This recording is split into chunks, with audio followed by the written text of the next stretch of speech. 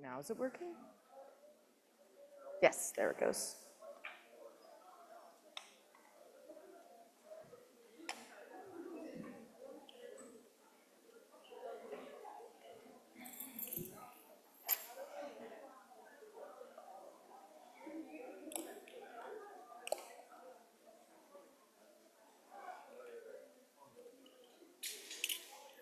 All right. Good morning, everyone. How are you all doing? Can you hear me in the back? Yeah? Okay. All right, cool. How y'all doing? Good? Good? Cool. All right. Does anyone have any questions before we get started?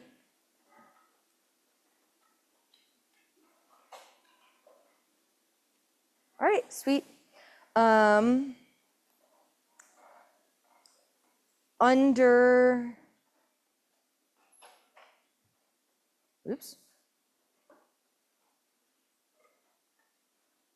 In our syllabus, you go all the way down.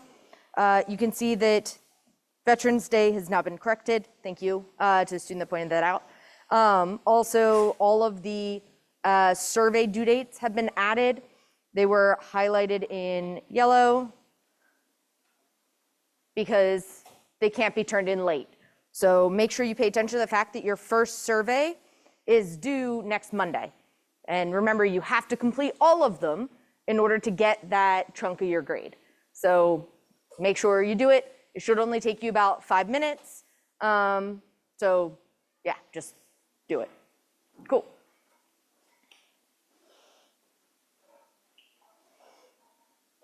All right. Now, does anyone have any questions? Sweet. So we left off, we were looking at our orbitals.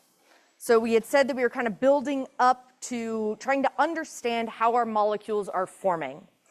And we had our atomic orbitals, which were great, but they did not account for why our molecules existed the way they did in 3 dimensions. It didn't account for the fact that carbon makes 4 equal bonds. So we said that our hybridized atomic orbitals were our model that actually accounted for that. So our sp3 hybridized orbitals, we had said it was coming from the fact that we took 1 electron from that 2s and excited it up to the 2p. And then I took that 1s and all 3 p's, mixed them together to get out my 4 sp3 hybridized orbitals, because the number in is the number out. So there's 1s and 3 p's, 1 plus 3 is 4, so you get 4 sp3 hybridized orbitals out of it. And we had said that the big thing we must remember is the shape of the orbital. So our s orbital is the sphere. Our p orbitals are those dumbbells or the infinity sign. When we add those together, it's going to create this distorted shape where you have a large lobe or big lobe and a little lobe. And you must have both to have a complete orbital, to have a complete hybridized orbital. It needs both sides. And so we had ended by showing the fact that in the textbook and in many books, they will have wrong images because they will omit the little lobes for clarity without saying that. That is incorrect because the shape of the orbital is where you have the large lobe and the little lobe. So this is wrong. This is wrong without it. You need all of those little lobes on the back half, otherwise you didn't actually draw your hybridized atomic orbital. It's important to note that our anti-bonding orbitals are typically going to be omitted, and that's because we're trying to represent our bonding orbitals. We're trying to represent the orbitals that actually have electrons in them. So our sigma star, the anti-bonding, so like sigma star, pi star, they always exist, but it's going to be omitted because there's nothing in there. We will only draw them when we need to break a bond. So if you're trying to represent the molecule as it exists with bonds, you would draw it without the sigma star.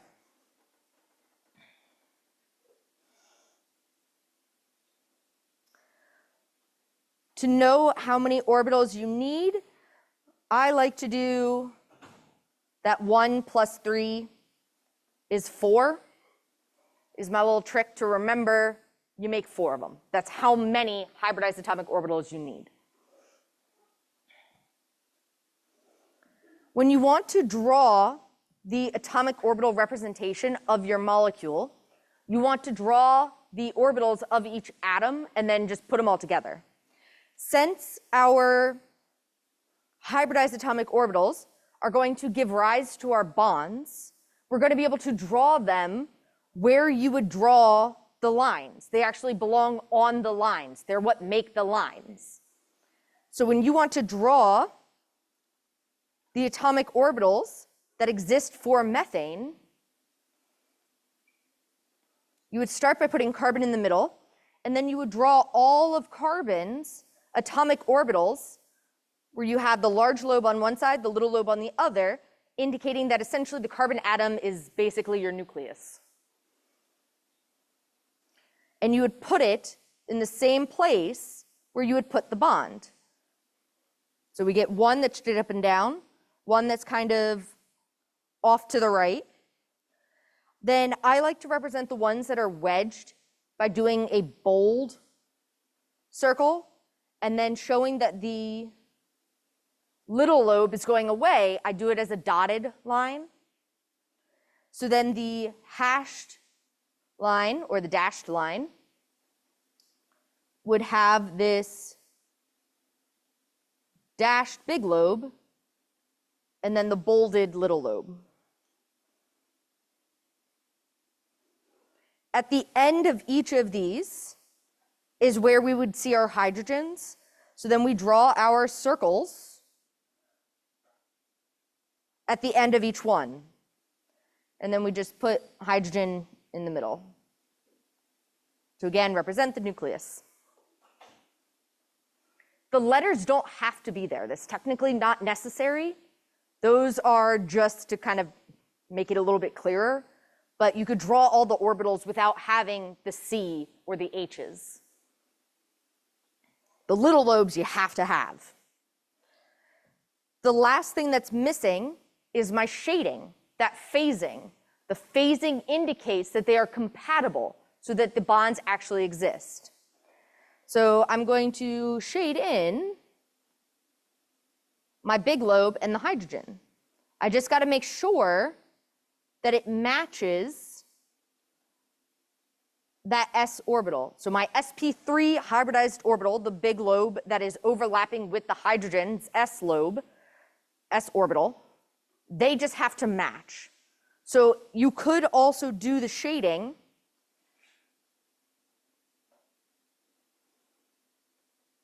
where you just shade in the little lobe. That's okay. These just have to match.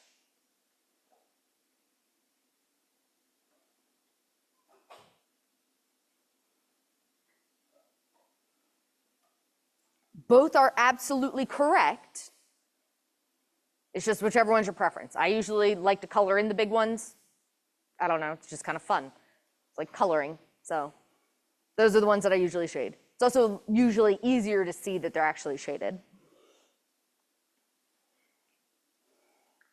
If you were to describe this bond and the orbitals that make it, you would say that it is the overlap of an sp3 s orbitals. So it is carbon's sp3 and hydrogen's s orbital that is giving rise to that bond. So you would assign it based on the hybridization of the carbon and whatever orbital the hydrogen has. The hydrogen only has s, so it's just that. If it was a carbon-carbon bond, then you would say it's sp3, sp3, or it could be sp3, sp2, or sp3, sp3, sp, or whatever it is. It would just be whatever the hybridization of each atom is. Whatever orbitals are overlapping.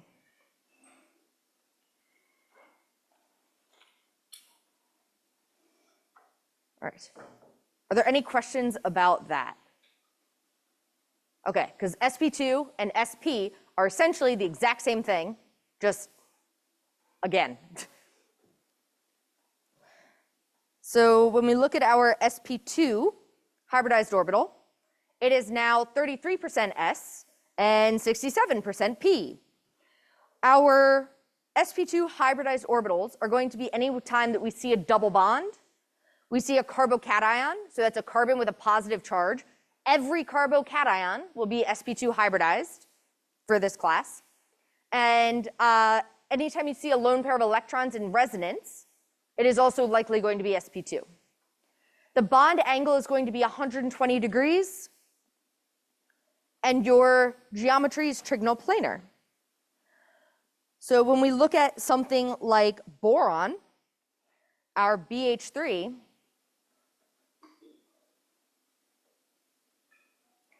boron is sp2 hybridized because it has 3 regions of electron density.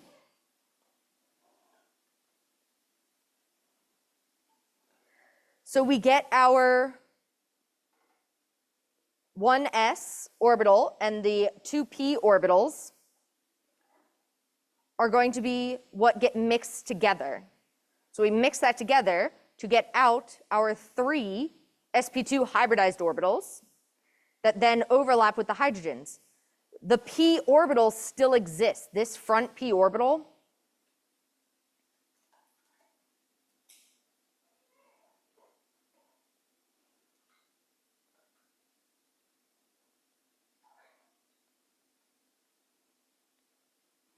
that p orbital still exists on top of the boron, and it is perpendicular to our hybridized orbitals.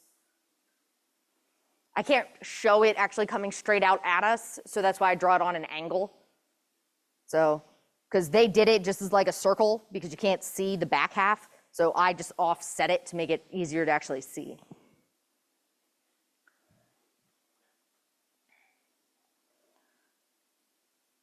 So if we look at our alkene, which is going to be our carbon-carbon double bond, one of the bonds is our sigma, the other is our pi. Our sigma bond comes from the orbitals that overlap on the internuclear axis, our hybridized orbitals. So this sigma bond is from an sp2 orbital overlap, because each carbon atom of that double bond is sp2 hybridized. That pi bond is from a p orbital with a p orbital overlap, because the only way to get a pi bond, the only way is from the side-on overlap of 2 unhybridized p orbitals. It's the only way to make it happen.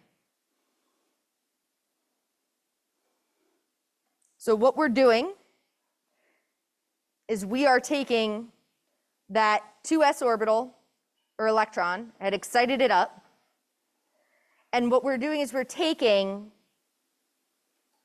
that s and 2 of the p orbitals. So we take 1 s and 2 p's, mix those together to get our 3 sp2 hybridized orbitals, and that 1 p is still left over.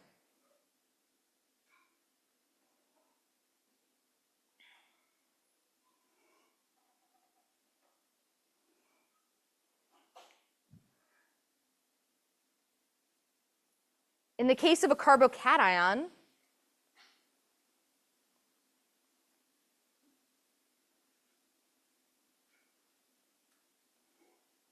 so carbocation, carbon with a positive charge, so C plus, carbocation. This p orbital is empty.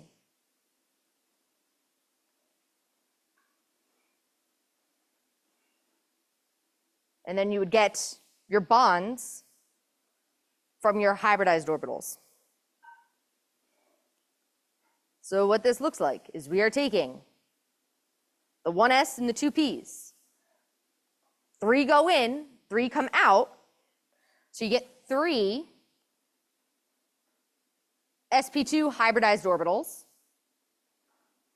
with the shading still matched. plus that one unhybridized p orbital that wasn't mixed in. That still exists. You still need a total of 4.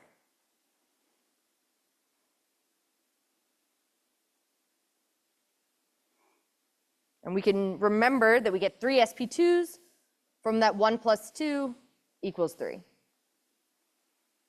Because that tells us how many orbitals we put in. That tells us how many orbitals we had to get out.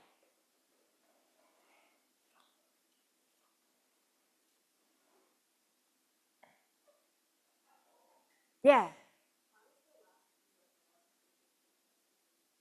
So the last p is left out because of the fact that it's essentially because that's what we observed, I guess is a better way to say it. We're going to use that p orbital in other ways. So instead of making a sigma bond, it'll be used for a pi bond. Because the only way to get the pi bond is having that p orbital unhybridized, overlapping with another unhybridized p orbital. So this will be used for our pi bonds to make a double bond. It had to be left out so you could get the double bond. Yeah.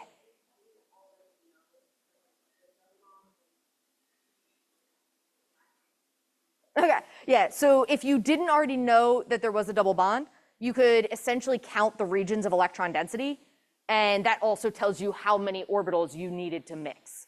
Because your regions of electron density are going to tell you what your internuclear axes are. It's essentially saying where each nucleus is located. Cool.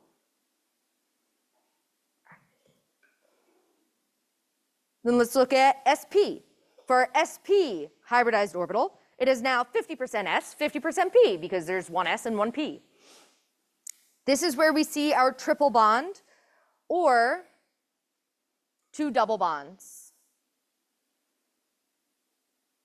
Your bond angle is 180 degrees because it is linear. So it's a straight line. So what this looks like is you get this, each of these carbons, so this is carbon, triple bond carbon, single bond hydrogen on each side. You have your sigma bond that is coming from your sp-sp overlap.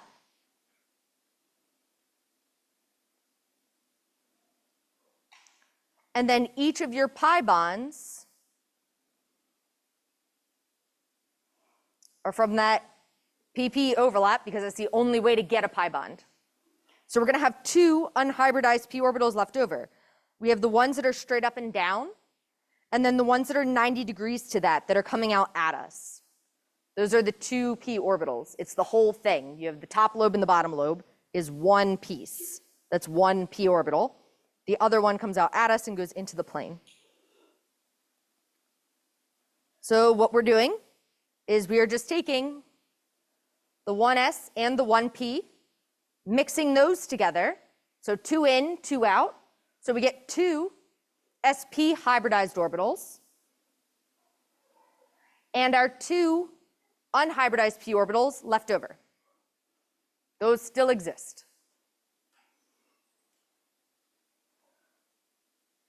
So we're just taking the 1s and the 1p. So we get the 2 little squeezed balloons for our 2 sp hybridized orbitals, plus our 2 unhybridized p orbitals still exist.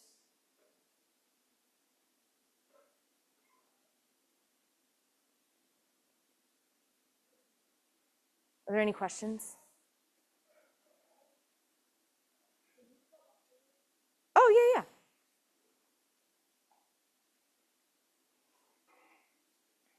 Yes.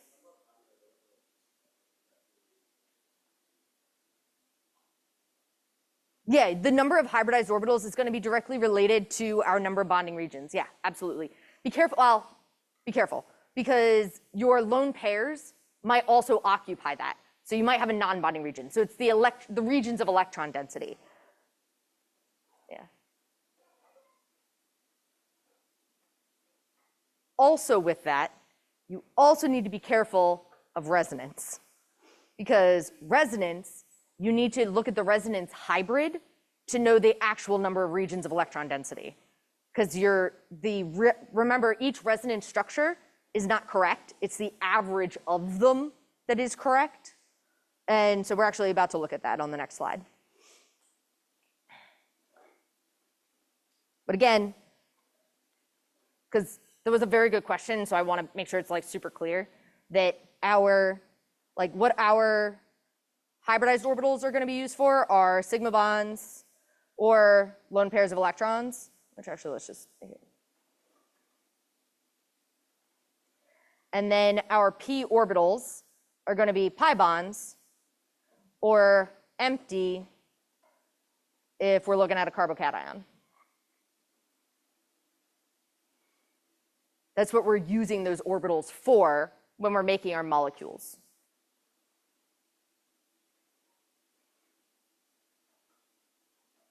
Okay. All right, so how do I use this in practice? How do I actually look at a molecule and be able to know its hybridization? Because you absolutely want to be able to do that very quickly. It's going to make your life exponentially easier if you can assign the hybridization, because it's going to explain a lot of our observed reactivity. So the first thing you could do, which is kind of the Gen Chem way, which is count the regions of electron density, so the number of bonds recognizing the type. If you are linear and there's only one bond, you are S. If you have two bonds but it's still linear, you're SP. 3 bonds in trigonal planar, you're SP2. 4 tetrahedral, you're SP3. This will get you there like 80% of the time.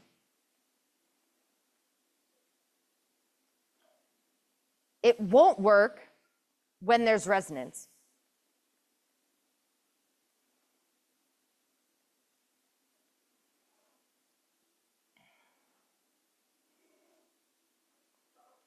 So instead, I find it easier to do option 2, which is going to work at all times. So if you see a triple bond, you immediately know you are SP. Triple bond, SP. Double bond or carbocation, SP2, so double SP2. Triple SP, double SP2. If you have 4 single bonds, all single bonds, then you are SP3 hybridized, all single SP3. So triple SP, double SP2, triple SP3, or sorry, single SP3. Then your exceptions to keep track of are if you look SP3, but you have a lone pair of electrons. Lone pair electrons can participate in resonance, so they can change your hybridization. So if you have a lone pair that is next to all SP3 hybridized orbitals, essentially there's no place for them to go.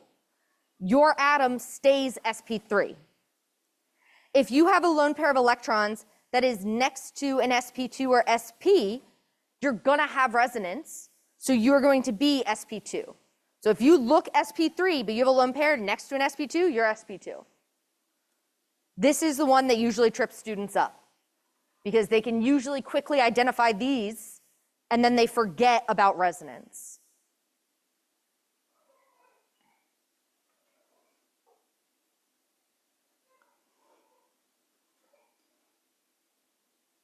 So let's practice.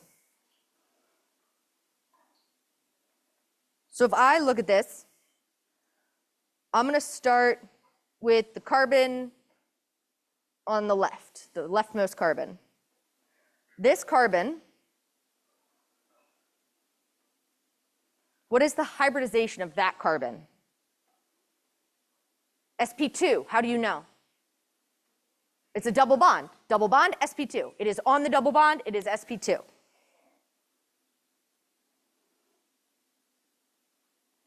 All right, how about the hybridization of this oxygen? SP2, how do you know? Oh, on a double bond, SP2. All right, how about the hybridization of this carbon? SP3, how do you know? 4 single bonds, single bond, SP3. How about this carbon? SP, how do you know? Triple bond, SP. How about this carbon? SP, triple bond, SP. How about this carbon? SP3, 4 single bonds, SP3, single, SP3. All right, I left off the nitrogen and the oxygen because they had lone pairs. They had lone pairs and have all single bonds. So they look sp3, but we got to check ourselves because they could be sp3 or they could be sp2. So I see a lone pair and I go, ooh, let me double check. Is it actually sp3 or is it sp2? So if I start with this nitrogen, is that going to be sp3 or sp2? sp3, how do you know? Because it's next to an sp3.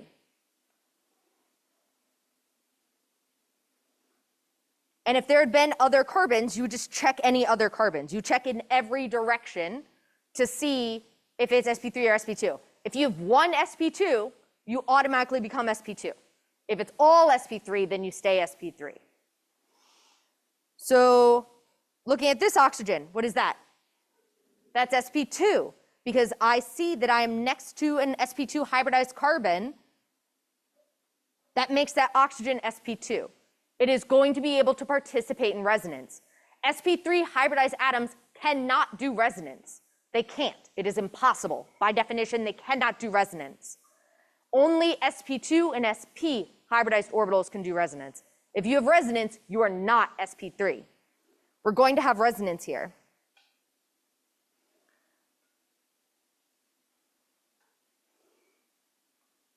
We're about to talk about our line diagrams. And our line diagram is this. So this structure is that structure. This one is a lot neater and easier to look at, whereas this one is pretty messy and there's a lot going on. We need to know the rules of our line diagrams, but the main thing that students typically forget is that the end of the line is going to represent a carbon. So that end of that triple bond, that is sp. That end of that triple bond, that is sp. That's sp3. That nitrogen is still sp3. The carbon to the left of the triple bond is sp3. The carbon at the base of the double bond, that is sp2. That oxygen at the top of the double bond is sp2. The oxygen to the left of the double bond is also sp2.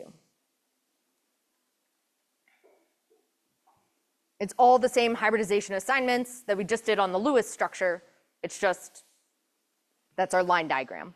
And I just think it's important to see the assignments on a line diagram because pretty much for the rest of the semester, we're just going to do line diagrams because it's going to be a lot faster.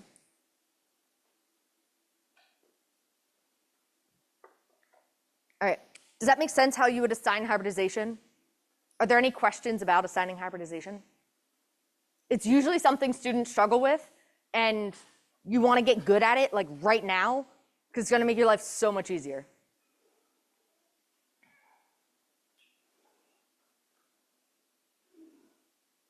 All right, let's get into that. How do I actually assemble my molecules? So the fundamental concept of how I get my molecules, or molecular structure origin, is that atoms are assembled using electrons to form bonds to become molecules. All right, so far we've talked about our atoms, check. We have talked about the electrons and where they are located, check. We talked about our bonds that form, check. And we talked about what they look like as molecules, looking at those molecular orbitals, our sigma, sigma star, pi, pi star. What we haven't really acknowledged yet is that assembly aspect.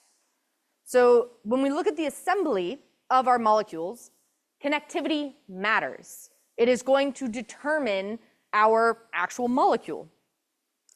So our constitutional isomers, constitutional, like thinking like the Constitution of the United States, it like defines us fundamentally. It is how we are built up and our rules. That's going to be the same thing. Our constitutional isomers are how our molecules are built.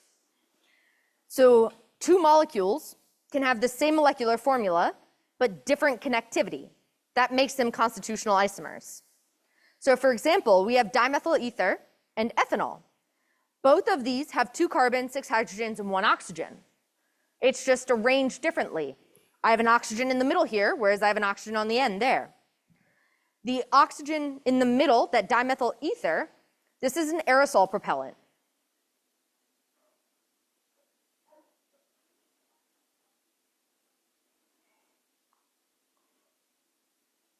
It exists typically as a gas, and yeah, you don't want to breathe it. It'll give you brain damage, depending on how much you breathe in. Ethanol is alcohol. That's, beer. It can also give you brain damage depending on how much you take in, but it's a lot higher, a lot more. This one, you can recreationally consume, assuming you are over the age of 21 in the United States. This one, you cannot recreationally consume. It is, well, you can, but it's really bad and not legally sold with that intention. So just this placement of that oxygen totally changes its properties, changes how we use it, just by moving that oxygen over. It changes it from a gas to a liquid. It changes state of matter, its chemical properties, physical properties. Connectivity matters.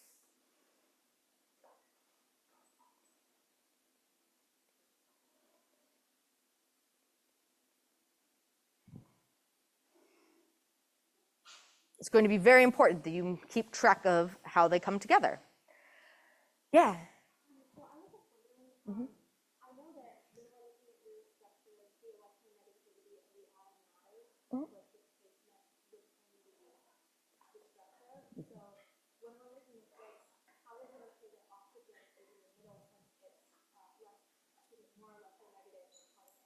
Yeah, okay, so that's such a good question.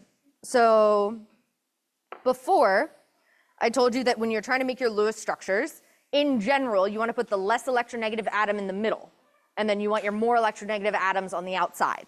That was the general trend. And as you can see, that's not always required.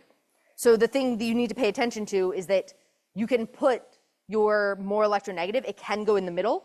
Just be aware of the number of bonds. So when I tell you the Lewis structures, usually you want the less electronegative in the middle. That's because you're trying to get as many bonds as possible. And that's gonna let everything kind of click together really easily and nicely. But it's not always the way. So this is going to be an ether is our functional group. And that'll be common where we have oxygen with carbon on either side, where oxygen is in the middle. So essentially, it just does. Yeah. Okay. So our different molecule representations, how we can represent them. Your molecular formula is not giving you any connectivity information. Just as we just saw, it doesn't tell me anything other than the number and type of elements that I possess. That's it. Our molecular formulas for organic molecules are always listed carbon, then hydrogen, then all the other elements listed alphabetically. To get some connectivity, you get your condensed structure. So this shows our connectivity, but it's not drawing out the bonds. So we have to assume that we would read it left to right and figuring out how it goes together. The main thing to note is that hydrogens are always going to be attached to whatever they come directly after. So those hydrogens are on that carbon. So this would be written out where you get the carbon with 3 hydrogens. The subscript tells you how many of that unit. The thing in parentheses. So I have 2 of those CH3s. I have 2 carbons that have 3 hydrogens attached to them. Then I see that there is another carbon coming off of it. So that carbon is then attached to both of those CH3s. Off of that carbon, I see that it has its own hydrogen attached to it. Then I get an oxygen. Remember, hydrogen can only make 1 bond, so that oxygen has to actually be on the carbon. And then there's a hydrogen attached to that oxygen. That's how you read your condensed structure. You read it left to right, acknowledging that the hydrogen is always immediately after the element it's directly connected to.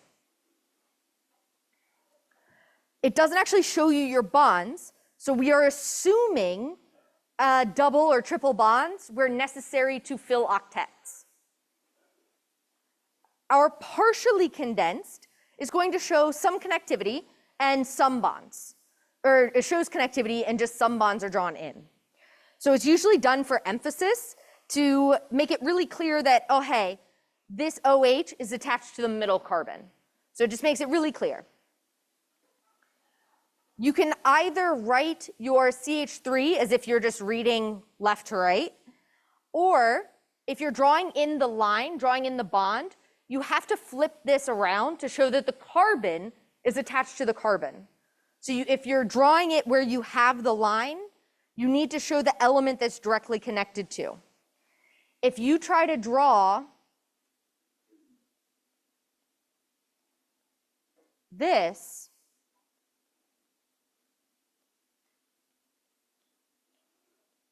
that is wrong.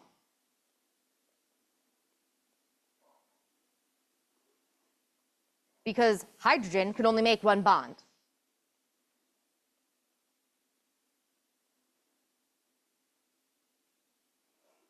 So this is indicating that the hydrogens, all 3 hydrogens, are attached to that carbon and to that carbon. That's not possible. So if you draw in the line, you got to flip it around. Show that it is the carbon that is attached to the carbon.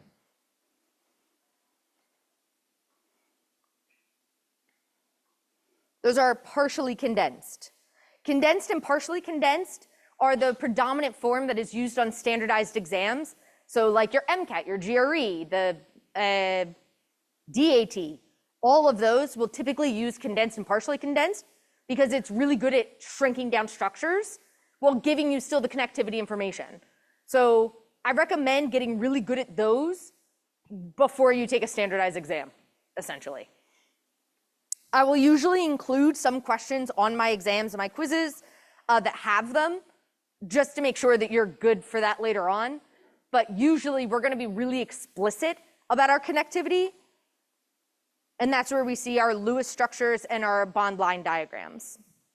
So a Lewis dot structure is the one where you have every single electron drawn in. You have every element and every valence electron shown.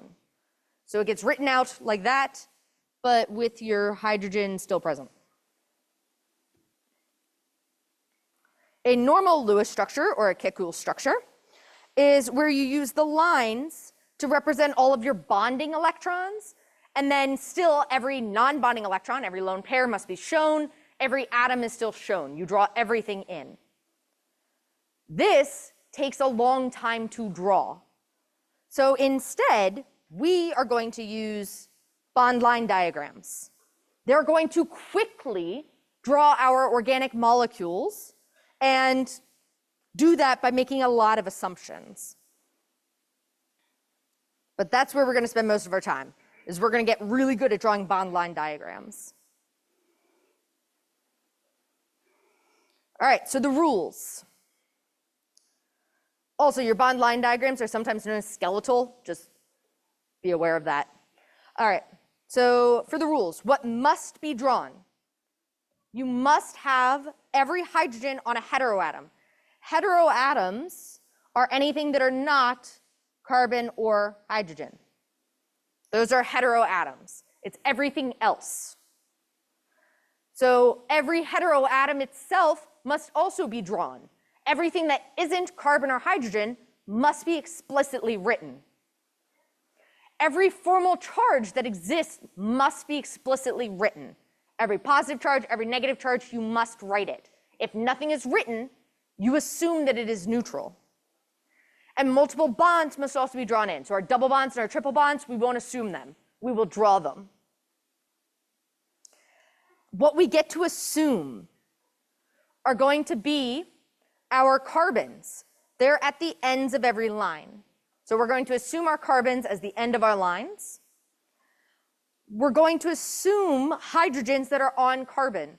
We're going to assume carbon has a full octet by filling in hydrogens. So we're going to fill carbon's octet with hydrogens. Our heteroatoms, so like oxygen, nitrogen, phosphorus, sulfur, all of the non-carbon or hydrogens, they get full octets using lone pairs. So we're going to fill our valence shell by assuming hydrogens on carbon and lone pairs on our heteroatoms. Note that you can draw them in if you're trying to emphasize it or if you need it for a chemical reaction. So if you're trying to do a chemical reaction and you need to use a lone pair, you need to draw it in. You need to show that you're starting at the lone pair. So it'll be drawn in either for emphasis or if you need to use it. But if you're just drawing a structure, it can be omitted. So if we look at propane, for example, propane is our 3 carbons with all single bonds.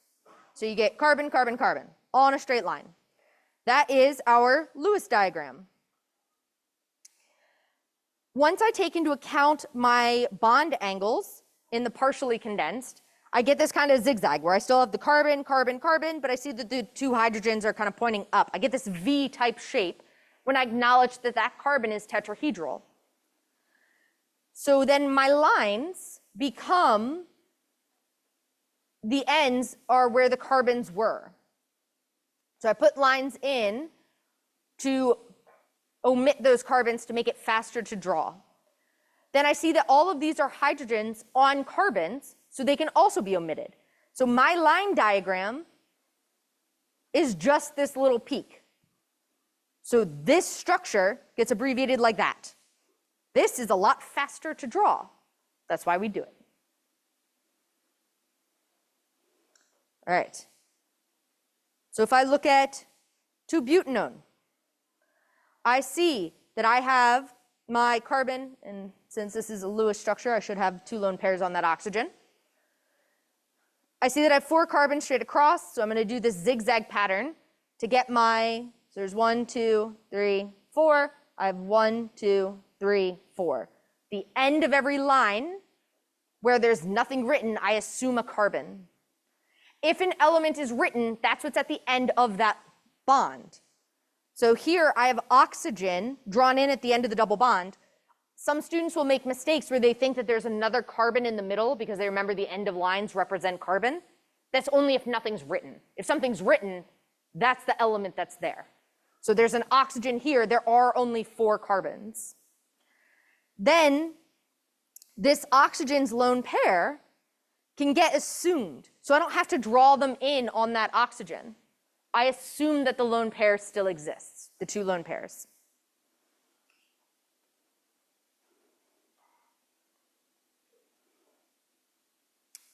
So when you're trying to draw these structures, we're going to draw in a zigzag pattern. We do that up, down, up, down. That's correct. We will not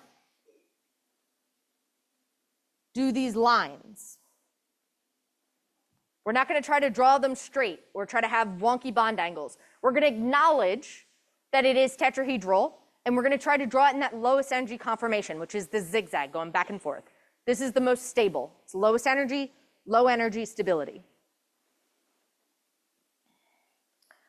Our bonds are going to be as far apart as possible. So when I go to draw that double bond oxygen, I put it on the top of the peak. That is correct. I do not put it on the inside of the peak because now I have all of this empty space and these bonds are really close together. No. We're going to put it on the top of the peak because that's where we have all that extra space. We're going to try to put our bonds apart as far apart as possible because electrons repel each other, right? Same charges repel, opposite charges attract. We need to remember that our single bonds have free rotation because of that end-on overlap. So if I have this structure where I have 5 carbons going across and 1 carbon coming up in the middle, so it's like a W with a little line in the middle, I can rotate around these single bonds and get this structure where it kind of looks like a house without a foundation. This is the same molecule. No bonds were broken. You still have the same connectivity. It is still CH3, CH2, CH with a CH3 and a CH2 and then a CH3. So I still have CH3, CH2, CH with a CH3, then CH2, CH3. It is still the same connectivity as you walk along the structure. This will be known as a conformational isomer.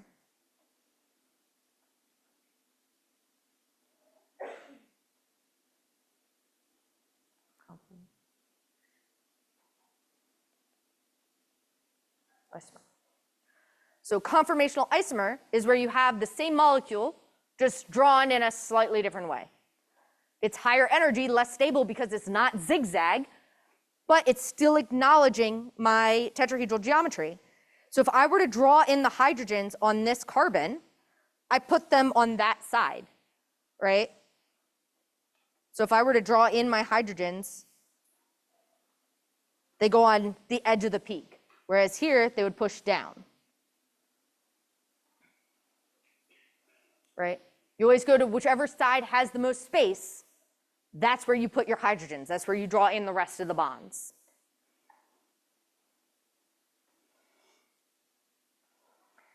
Our formal charges must be clearly indicated because that changes our assumptions, right? So if you have a positive charge or a negative charge, you must draw it in. So for example, if I look at my tertiary carbocation, tertiary is going to be because there are 3 carbons attached. It gets abbreviated as a 3 with a little degree symbol. So it's read tertiary, it's written 3 degrees, right? So you speak tertiary, you write 3 degrees. It is because there are 3 carbons attached to it. So it is tertiary. How many hydrogens must be attached to that carbon?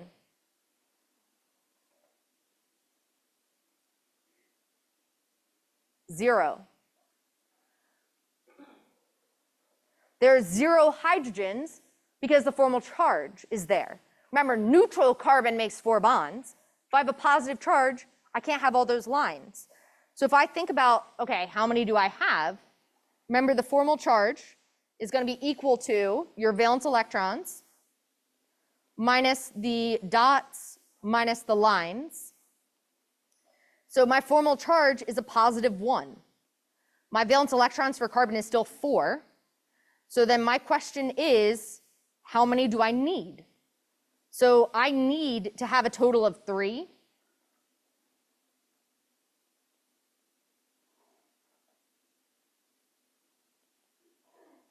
I can only have 3 bonds and keep that positive charge. I have those 3 bonds. They're drawn in. They're 3 bonds to carbon. So there are 0 hydrogens attached to that tertiary carbocation. That's why the formal charge needs to be written, because that changed how many hydrogens exist there. So if I look at my secondary carbocation, how many carbons are attached to my secondary carbocation? 2. So there are 2 attached. So it is a secondary carbocation. How many hydrogens are attached to that secondary carbocation?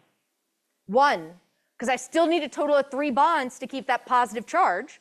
So my 3rd bond, I'm going to assume with hydrogens. So there's 1 hydrogen attached to that secondary carbocation.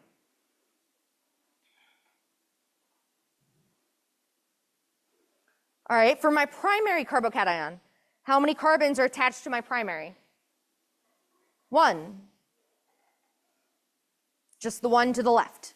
So there's 1 carbon on my primary carbocation. How many hydrogens are attached? 2. There are 2 hydrogens on that primary carbocation. That's why you must write the positive charge, because that changes how many elements you have on your structure.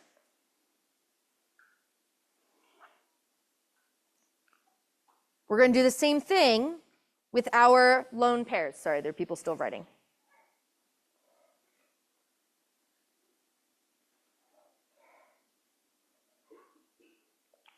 Okay.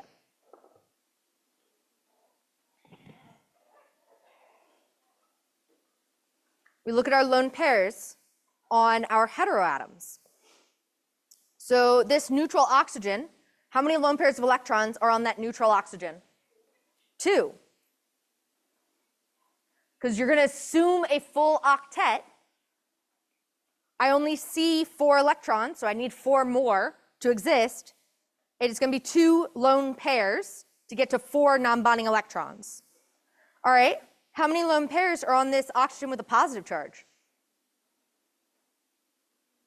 1. There's 1 lone pair. And you do the same formal charge calculation to prove to yourself that that's how many dots you need. You need 2 dots, 1 lone pair. All right, how about our oxide, that O minus? How many lone pairs? 3. Good.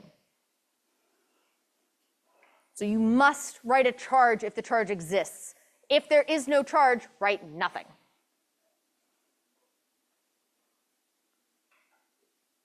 Do you have a question about that? You sure? Because other people probably have the same question. Okay.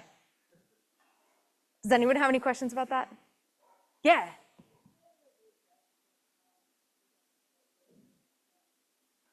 Yeah. So when you do that formal charge calculation,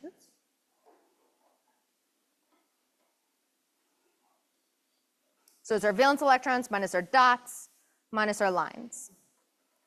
So my formal charge is a positive 1. I have 6 valence electrons on oxygen, because I look at the periodic table, I see it's in group 16 or 6A.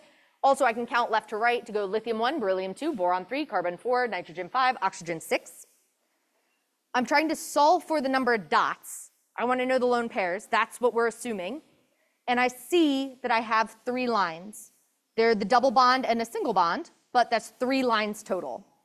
So then I'm going to get, let's see, it's 1 equals 3 minus x. I add x to both sides and then subtract 1. So x equals 2 non-bonding electrons, which equals 1 lone pair, 1 pair of electrons.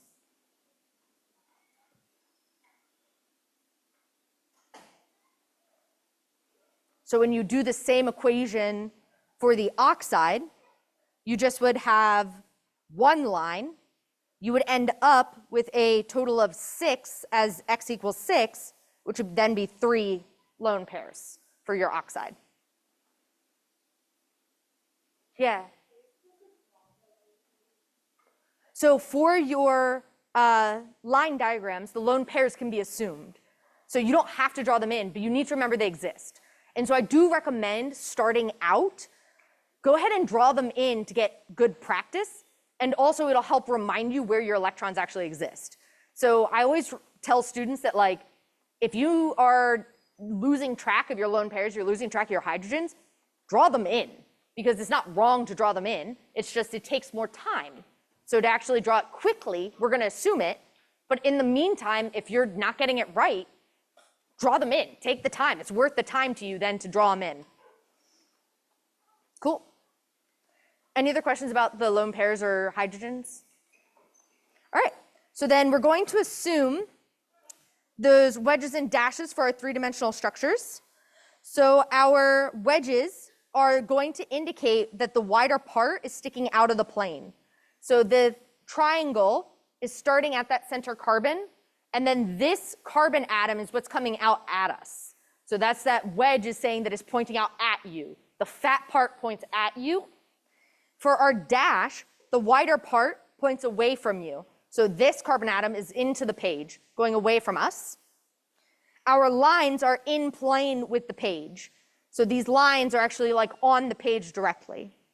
We're also going to have Fisher and Haworth projections, but we'll talk about that when we talk about our 3-dimensional structures in chapter something later, when we talk about our stereochemistry. When we get to resonance, it is really important to know that resonance is the delocalization of electron density through parallel unhybridized p orbitals.